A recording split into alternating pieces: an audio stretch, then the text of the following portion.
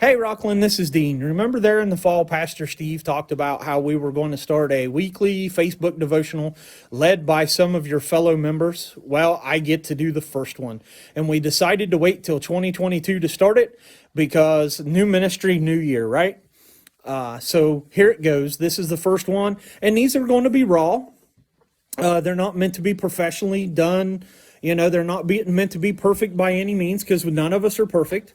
But it's to show a little bit about how we walk our Christian faith in our daily lives. I'm in Hartz and a toboggan standing out of the snow here in the sheep barn because that's part of my daily life, to throw the bib overalls on and come out and do a little farming. So that's what we're doing tonight.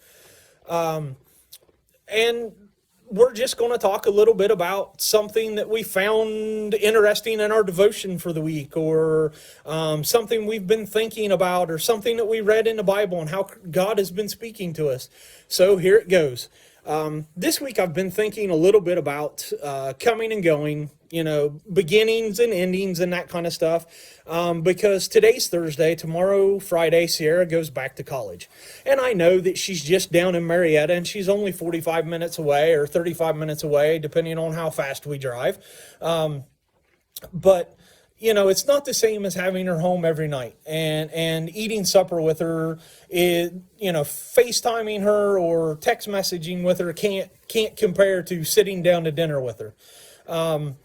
So that's what I've been thinking about this week, and it got me to thinking about the story of the lost lamb, or the 99, and of course, why not? Because I'm a sheep person. I mean, I told you I'm standing in a sheep barn. So, and specifically, it started me to think about the verses where in 6 and 7, where Jesus talks about how there's a party in heaven.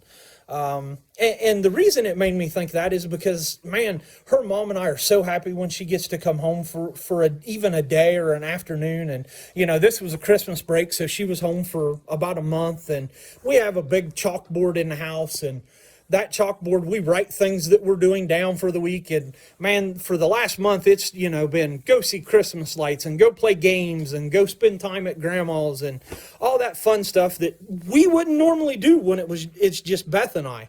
And her mom's super excited when she gets to come home. And I'll admit it, I hurry through chores a little bit more so that I can get back in the house and hang out with her. But that made me think, that's how happy I am when she gets to come home and she's just in Marietta. I can talk to her. I can text message her, which I know I said it's not the same, but I can do that. And think about that. That's how happy I am. And think about how happy you are when you get to see your kids or your grandkids or whatever. That's how happy we are. Can you imagine how happy they are in heaven when somebody turns from their sin and becomes a Christian? I mean, Jesus even says it in the story of the lost lamb, that there's more of a party over one repenting sinner than there is of 99 who don't need to repent. So what does that mean for us? That means that we should share our faith and tell the story of Christ. And why not start a party in heaven by helping somebody turn their life to Christ? That's what's been on my mind this week. That's kind of what God's been dealing with me, as hey, you're this happy. Think of how happy I am when we get a new person written in the book of life. So that's Dean, and this is the first of hopefully many Facebook devotionals. See you later.